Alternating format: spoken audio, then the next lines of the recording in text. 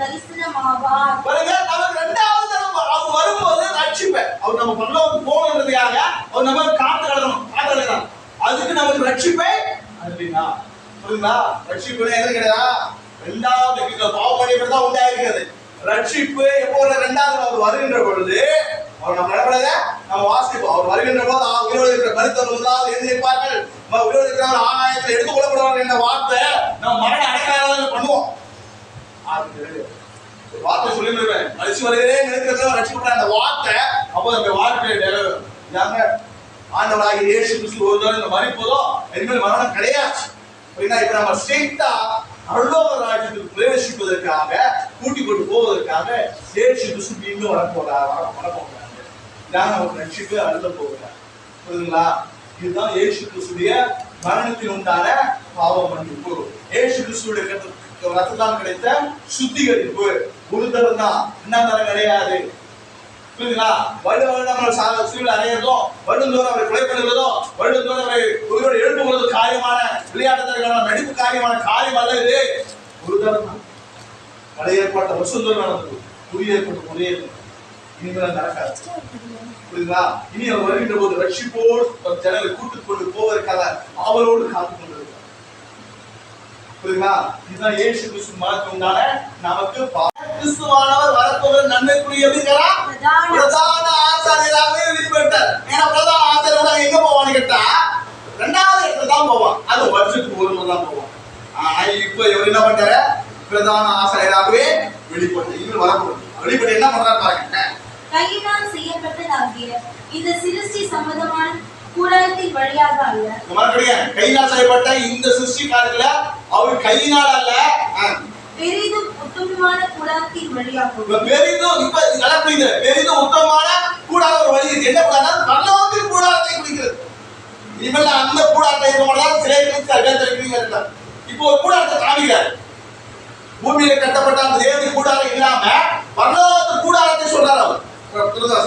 வெள்ளாட்டு கடா இளங்காலை இவைகளுடைய ரத்தத்தினாலே அல்ல. பாருங்க, வெள்ளாட்டு கடா இளங்காலை இவைகளுடைய ரத்தத்தினால அல்ல, நம்முடைய சொந்த ரத்தத்தினாலும். நல்லா பாருங்க, இப்போ நம்முடைய சொந்த ரத்தத்தினாலே ஒரே தரம் மகா பரிசுத்த ஸ்தலத்திலே பிரவேசித்து. நல்லா கிடையாது, ஒரே ஒரு தரம் தான் மகா பரிசுத்த ஸ்தலத்தில் பிரவேசித்து 2000 வருடங்களுக்கு முன்னாக பிரவேசிச்சார். இனிமேல யாரும் பிரவேசிக்க வேண்டியது கிடையாது. வருடத்தோடு சிலுவையில் அலைய வேண்டியது கிடையாது. வருடத்தோடு நீங்க 40 நாள் அலைய வேண்டியது கிடையாது. அவர் ஒரு தரம் தான் நிறைவேற்றி முடிக்கிறார். நித்திய மீட்பை உண்டு பண்ணினார். நித்திய மீட்பை உண்டு பண்ணினார். ஆமென். என்ன உண்டு பண்ணினாரா? நித்திய மீட்பு. நித்தியத்தை இழந்துட்ட ஆதாம் ஏவாள் இப்போ அந்த உடன்படிக்கையை நமக்கு மீண்டுமாய் உண்டு பண்ணினார். நித்திய மீட்பை உண்டு பண்ணினார். அது எப்படி உண்டாச்சு பாருங்க. காலை வெள்ளாட்டுக்கடா இவைகளின் ரத்தமும் தீட்டுப்பட்டவர்களே தெளிக்கப்பட்ட கடாரியின் சாம்பலும் சரீர சுத்தி உண்டாக்கும்படி பரிசுத்தப்படுத்துமானார்.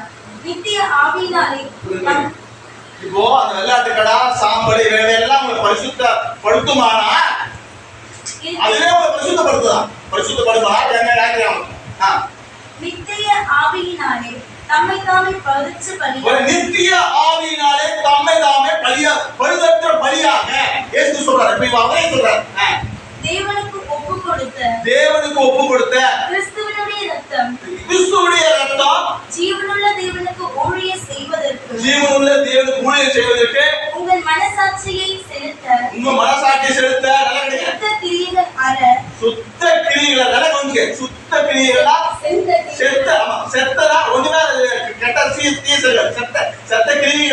அர்த்த சுத்திகரிப்பது எவ்வளவு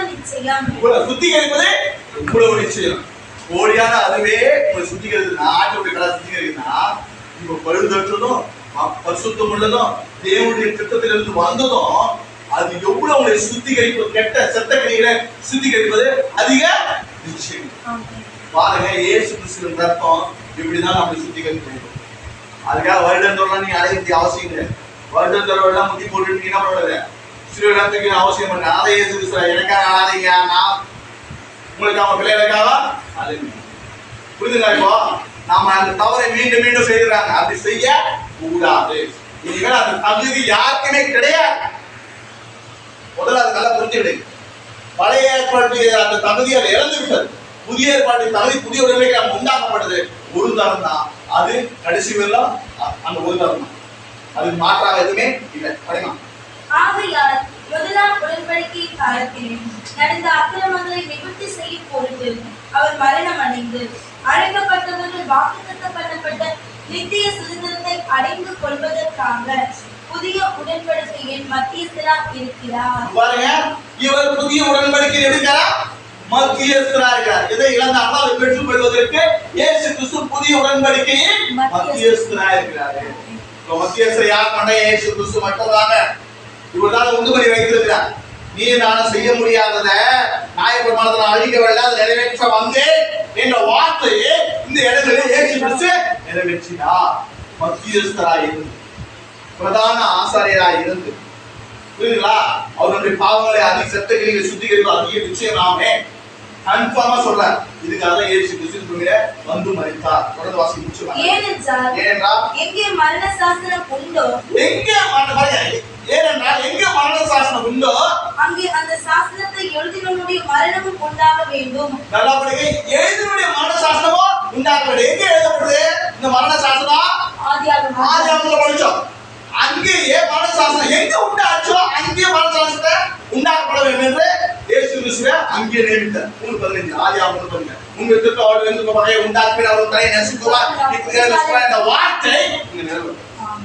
இதுதான் இயேசு கிறிஸ்துடைய பரிசுத்த நமக்கு சிந்தப்பட்ட இயேசு கிறிஸ்துடைய ரத்தம். இந்த ரத்தம் இயேசு கிறிஸ்துடைய ரத்தம் சகல பாவங்களை சுத்திகரிக்கிற வார்த்தை இங்க நமக்கு வாழ்க்கையில நிறைவேறும். தொடர்ந்து மரணம் உண்டான பின்பே மரண சாசனம் உறுதிப்படும்.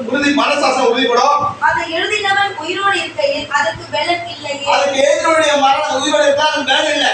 இப்ப அந்த மரண சாசனம் யார் எழுதுங்க? பிசாசு எழுதிட்டான். இதை சாப்பிட்டவனே, இந்த கனி சாப்பிட்டவனா ஆத்மாவன் நடக்க அந்த ஆதாம் எழுதிட்டான். பிசாசு ஆதாம் இல்லையா? இப்ப அவன் உயிரோடு இருக்கவில்லை. அந்த மரண சாசனம் என்ன பண்றீங்க? உயிர் இருக்கு. இப்ப அவன் உயிர் செத்து போயிட்டா அந்த மரண சாசனம் கிடையாது. இப்ப இதத்தான் இயேசு கிறிஸ்து சிலுவையில அந்த பிசாசானவனை நசுக்கி தோல்கடிக்கிற விஷயம். புரியுதுங்களா உங்களுக்கு? இந்த மரண சாசனம் உயிரோடு இருக்கிறதெல்லாம் மரண சாசனம் வல்லமை உள்ளது. அவன் தோற்று போய் சென்று போயிட்டானா அவனுக்கு அந்த அதிகாரம் கிடையாது. அதைத்தான் இயேசு கிறிஸ்து நமக்கு செய்திருக்கிறார். இப்ப பிசாசுக்கு அதிகாரம் இல்லை. அவருடைய மரணத்தினால தோற்கப்படுகிற மரணத்தினாலே மரணத்தை வைத்து தோற்கப்படுகிறார். அந்த வார்த்தை தான் படிக்கிறீங்க. உடன்படிக்கையும் முதலாம் உடன்படிக்கையும் ரத்தம் இல்லாமல் பிரதிஷ்டை பண்ணப்படவில்லை. சோ முதல் உடன்படிக்கை ரத்தம் இல்லாமல் பிரதிஷ்டை பண்ணப்படவில்லை. பழைய ஏற்பாட்டுல எப்படி மோசே நியாயப்பிரமாணத்தின்படி சகல ஜனங்களுக்கும் எல்லா கட்டளையும்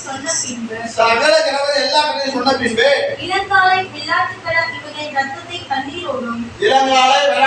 ரத்தத்தை தண்ணீரோடும் சிவப்பான ஆட்டு மணியோடும் ஈசோப்போடு கூட எடுத்து